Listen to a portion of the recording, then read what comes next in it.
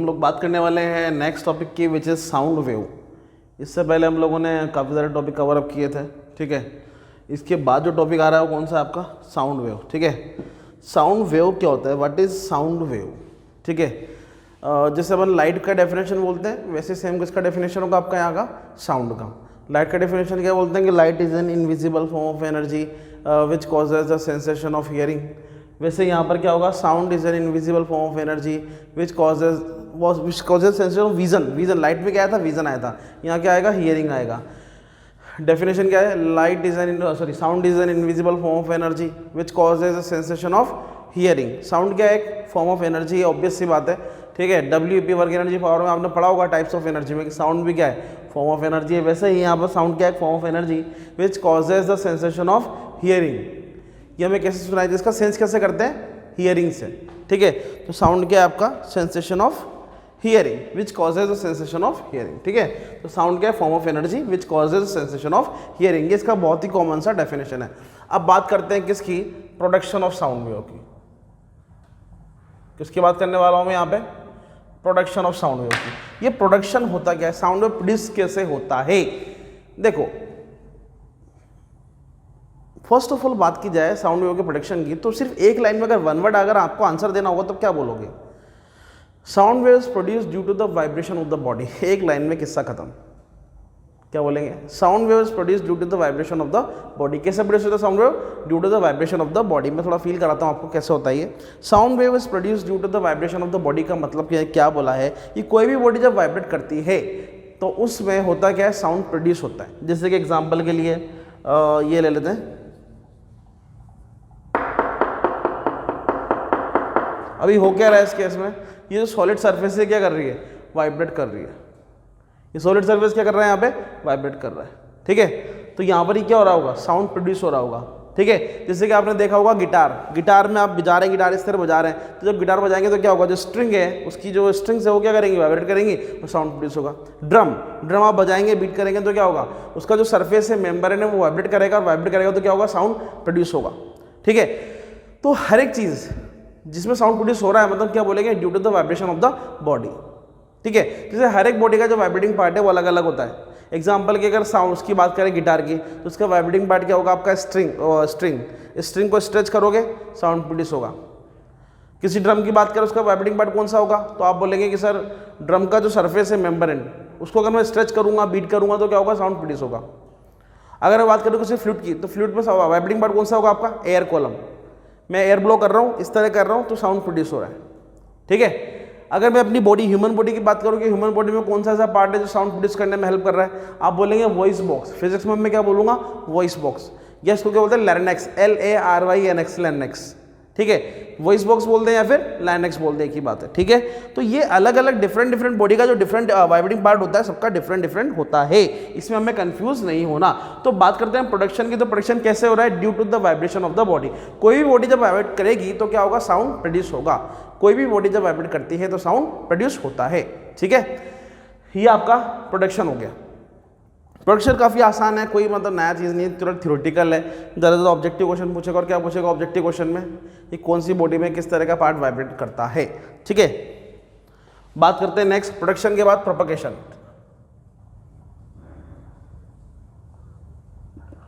पहले मैंने क्या किया, साउंड का डेफिनेशन बताया, फिर साउंड को प्रोड्यूस करना, और फिर साउंड को प्रोपगेट करना। प्रोपगेशन का मतलब क्या होता है, यहाँ पे ट्रैवल करना। प्रोपगेशन का मतलब क्या हो रहा है, यहाँ पे ट्रैवल करना, ठीक है। तो मैं बात कर रहा हूँ प्रोपगेशन ऑफ साउंड की, साउंड कैसे प्रोपगेट करता है।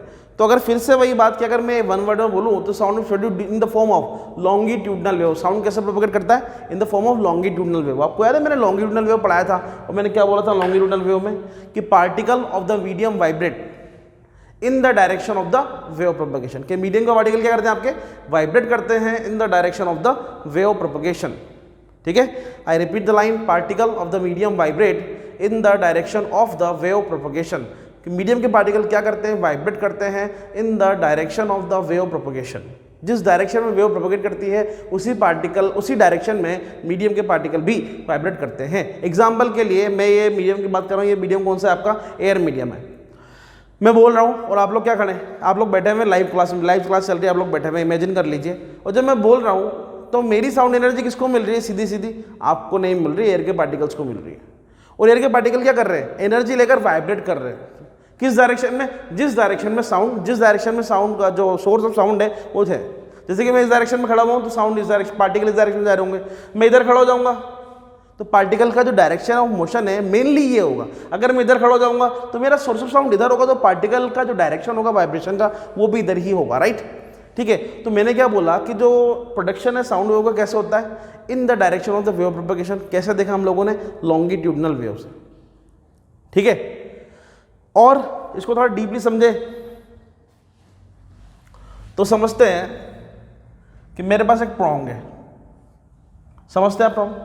रबर पैड होता है, ये जो काफ़ी हार्ड रबर के बने होते हैं, ये रॉड का मेटल का बना होता है। मैं हाथ में पकड़ूंगा इस तरह और क्या करता हूँ? बीट करता हूँ सॉलिड सरफेस से। तो ये जो इसके पॉइंट्स है, दोनों लिम्स इसको बोल सकते हो, वो क्या करते हैं? वाइब्रेट करते हैं। एक बार बाहर जाएंगे, एक बार अंदर जाएंगे, एक बार बाहर जाएंगे, एक बार अंदर जाएंगे। होगा नहीं होगा? मतलब एक बार सिचुएशन कुछ ऐसी होगी, है ना, और एक बार सिचुएशन कैसी होगी? कुछ ऐसी। ये तो इसकी जो मैंने डार्क सरफेस बनाई हुई है वो क्या है? इसका मीन पोजीशन। ठीक है, अब आप सोचिए कि ये इस तरह का दिया हुआ है, it is look like that, है ना, ये नॉर्मल है।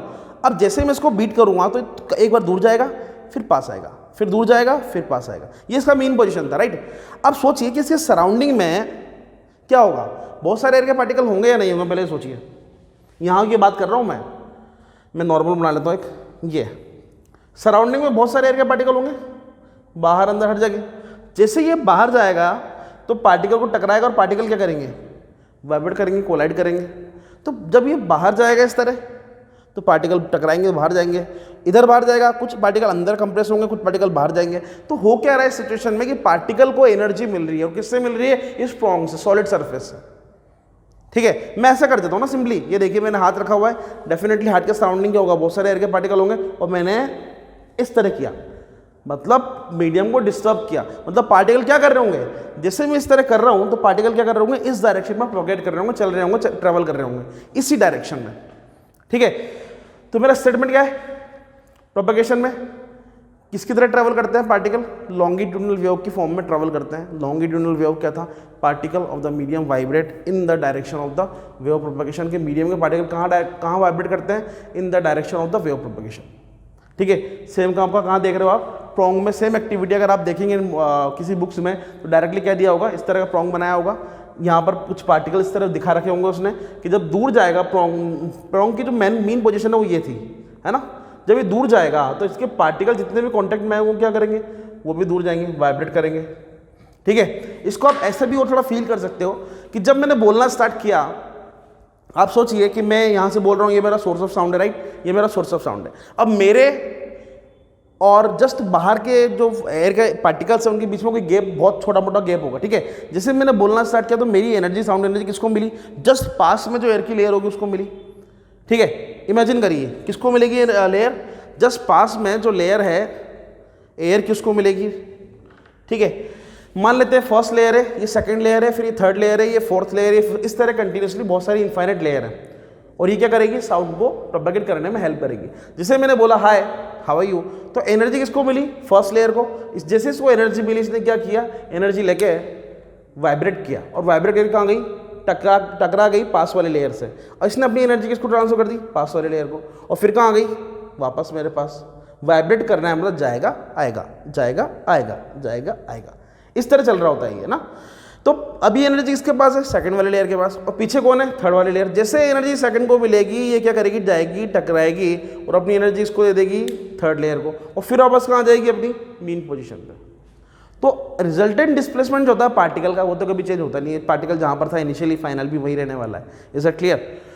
तो यहाँ पर पार्टिकल क्या करता है? वाइब्रेट करता है in the form of longitudinal wave. ठीक है, और आपको अगर ये भी समझ में आ रहा होगा तो डेफिनेटली जब पार्टिकल जाएगा तो उससे बहुत सारे पार्टिकल जाएंगे और कंप्रेस बना लेंगे, कंप्रेस कर लेंगे, तो क्या कहलाएगा? कंप्रेशन। बहुत सारे पार्टिकल जाए, कंप्रेस हो रहे हैं, कंप्रेशन बन गया। ये पार्टिकल एनर्जी लेने आया मेरे पास, और ये पार्टिकल एनर्जी देने गया आगे वाले के पास। दोनों के बीच में जो गैप होगा वो क्या कहलाएगा? Rarefaction. यही तो बताया था हम लोगों ने इससे पहले वाले लेक्चर में। ठीक है, कंप्रेशन मतलब रीजन ऑफ मैक्सिमम डेंसिटी, बहुत सारे पार्टिकल पास पास आ गए। रेयर फ्रैक्शन मतलब रीजन ऑफ मिनिमम डेंसिटी, जहाँ पर पार्टिकल दूर दूर चले गए। Is it clear? तो ये होता है आपका propagation of sound wave, right. आसान है, इतना ज़्यादा टिपिकल नहीं है, बहुत आसान है, थियोरेटिकल पूरा पार्ट है, ठीक। इसके बाद जो नेक्स्ट टॉपिक आता है वो होता है नेक्स्ट टॉपिक क्या होगा आपका, sound required a material medium for its propagation. क्या होगा नेक्स्ट टॉपिक, साउंड नीड या रिक्वायर्ड अ मटेरियल मीडियम